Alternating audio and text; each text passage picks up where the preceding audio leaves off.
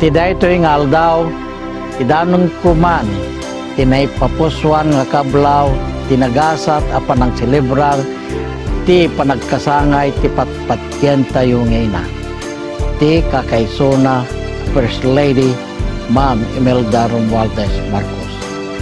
Ma'am, manipod kanyak, ti misis ko, Eli, digiti anak ko, Ken ti si Bubukel, Akailyak, kablawan da ka, iti dayto makaisyam apulo ket maysa nga ingka panagtaw.